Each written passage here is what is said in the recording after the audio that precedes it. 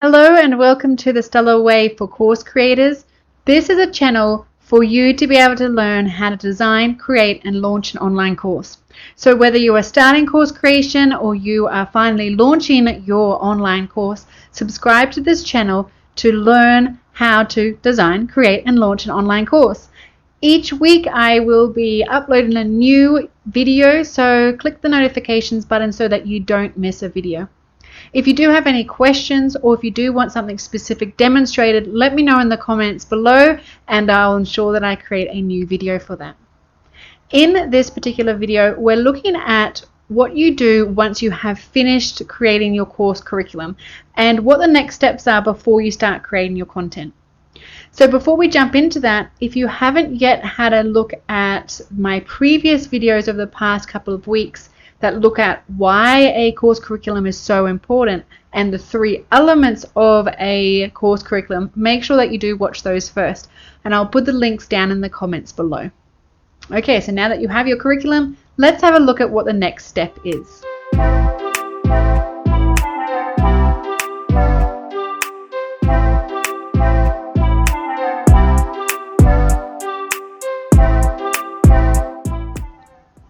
So here we are on my course curriculum. This is actually my outline here.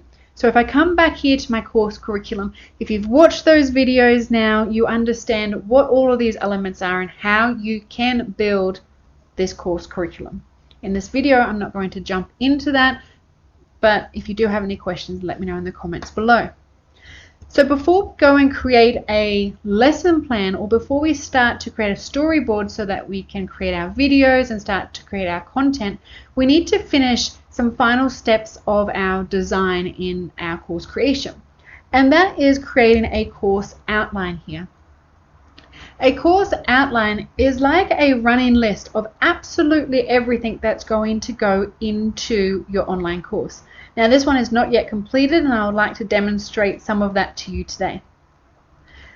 So having a running list, which means you're creating everything like the student would see it, is useful for 2 main reasons.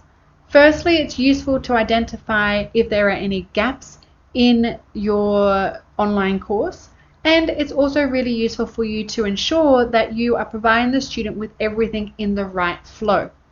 So over in your curriculum, again, in the other videos, you would see that when you start to create your curriculum, you're building a journey for your student. You're building a scaffold for your students.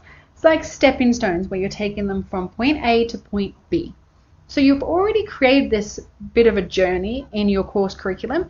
Now you're just verifying here what that journey will include, if everything's in the right order, if it's structured correctly, and if there are any gaps. So this is your opportunity to reorder things and add more content in before it's too late. What I find is always easily missed or is added on at the very end is introductions to your course. You have a great outline of everything you want to include in your course, and you go to start to create these videos and the content you want in your course. And when you upload it to your platform, you don't have a clear introduction, a welcome to your course. So when we have this course outline, it makes it clear, how are you going to welcome your students? Are you going to set specific expectations for them? Are you going to provide them with an opportunity to set their own expectations? How would you teach them how to move around the dashboard and how to download particular resources and learn how to use your platform? So all of this is really useful to have at the very beginnings of the course and setting the student up to be aware of what's coming up next, rather than having a course that jumps straight into the learning. So here, what I have done from my course curriculum is I have taken my bundles or my modules, whatever you would like to call them, your chapters if you do have them, that's optional. I've included all of my outcomes and I've included my objectives or my purpose here, which are all of the competencies. And I've put them into a flow that seems logical, where it seems that the student needs to understand or comprehend knowledge before they can practice a skill, before they can start to form their abilities. Now from my curriculum mapping, again in a previous video, from my curriculum mapping I can identify what lessons will be most suitable to these objectives or to these competencies.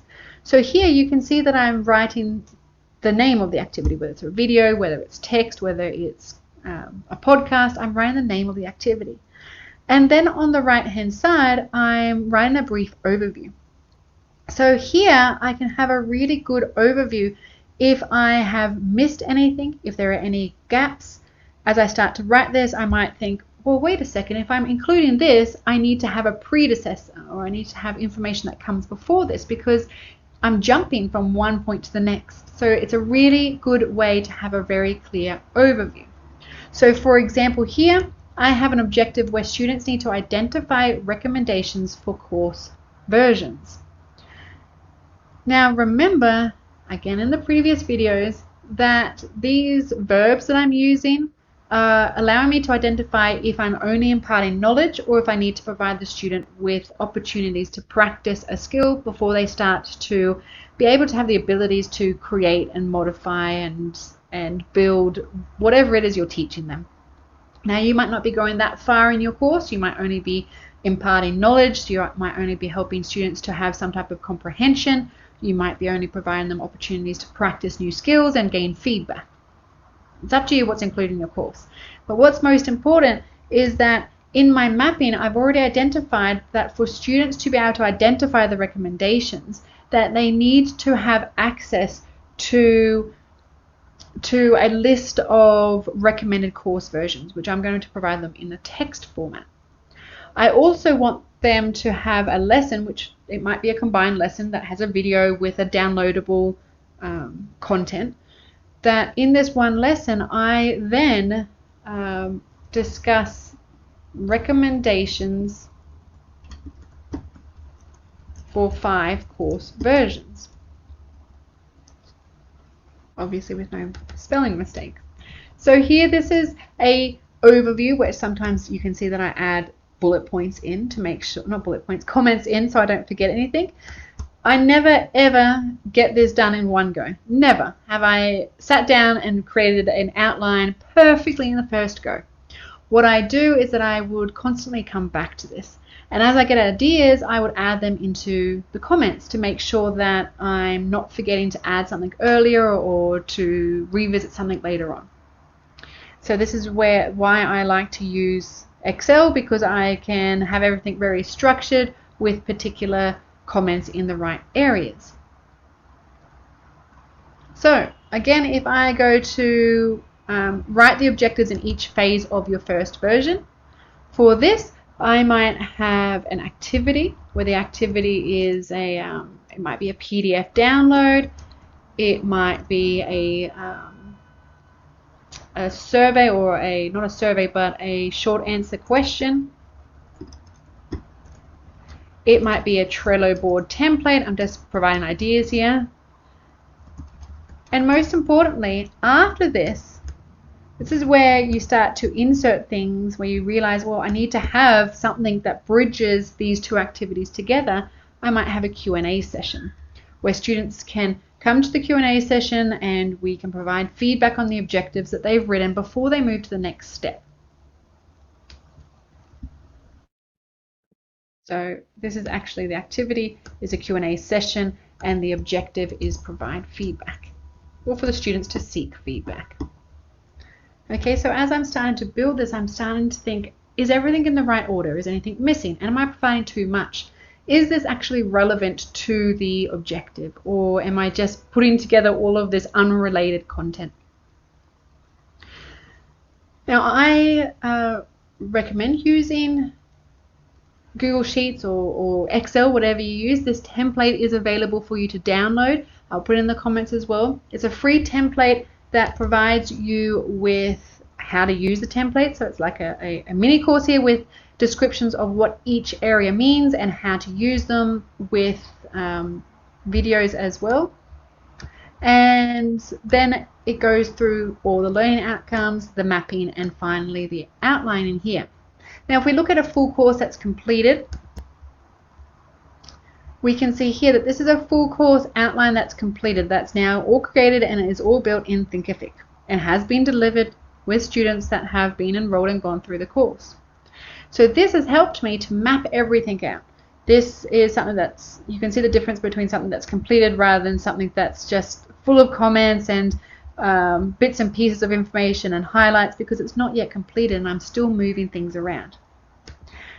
The main thing that I want to explain here is that before I said I've never sat down and written a course outline in perfection in the first time, nor have I ever written a course that is the completed course in its first version, which is what my Agile Course Curriculum course is all about. Is about how you can build a course, build your dream course over time using smaller versions. So these two courses that we're looking at, this course specifically, I created this course 1.5 years ago, and over time I have developed each version more and more. So I've started out by delivering small workshops. I've then moved into version 2, which was delivering small short courses. Then I went into a beta version of the content, and then I went into the first version after the beta version. And each time I've developed more and more. Each time my curriculum's developed more and more. So the first version I did was only designing an online course. And then I built that out to then start to include creating an online course, which was 2 bundles that I joined together. So I've started to build them over time. Likewise with my Agile course, which I'm building this big course at the moment, it started out just with this, just the first one, just this first module here where I delivered those in workshops. I then expanded out the workshops where I delivered a little bit more content, where I provided activities. And I've been speaking to people one-on-one, working one-on-one as well, to start to expand this out and start to work with my students to understand what they need and how I can best support them. My point here is that by doing this over time in smaller versions, you can eventually get to your dream course by releasing smaller versions. Now, I cannot explain Agile course creation in such a small YouTube channel. However, or YouTube video. However, I want to stress that this does not have to be created in one go, where you sit down for 1 week and create such a comprehensive curriculum, nor a comprehensive outline. Start small and then slowly expand out as you're releasing your course over time. If you would like to know more about Agile course creation, feel free to add comments below and I'll be happy to explain a little bit further. And if you want me to demonstrate Agile course creation in YouTube channels or YouTube videos, let me know as well and I'll be happy to create those videos for you. The importance of creating a course outline is to ensure that you do not have any gaps, that there's nothing that's missing from your course that will support your student to achieve the goal. Secondly, it's important that you look at that flow of the learning journey that you are providing your students to make sure that everything's in the right order. The last thing that you want is to provide your students with a course that doesn't make logical sense and where they're going back and forth between different types of content. What we want is to provide a student with a logical flow where we're supporting them to build upon what they've previously learnt. If you have any other questions about a course outline, let me know in the comments below. If you would like anything else demonstrating course creation, again, let me know in the comments below, as new videos are uploaded weekly to this YouTube channel. So make sure that you do subscribe and you do hit that notification button so that you can learn how to design, create, and launch an online course. Until next time, happy course creation. Bye for now.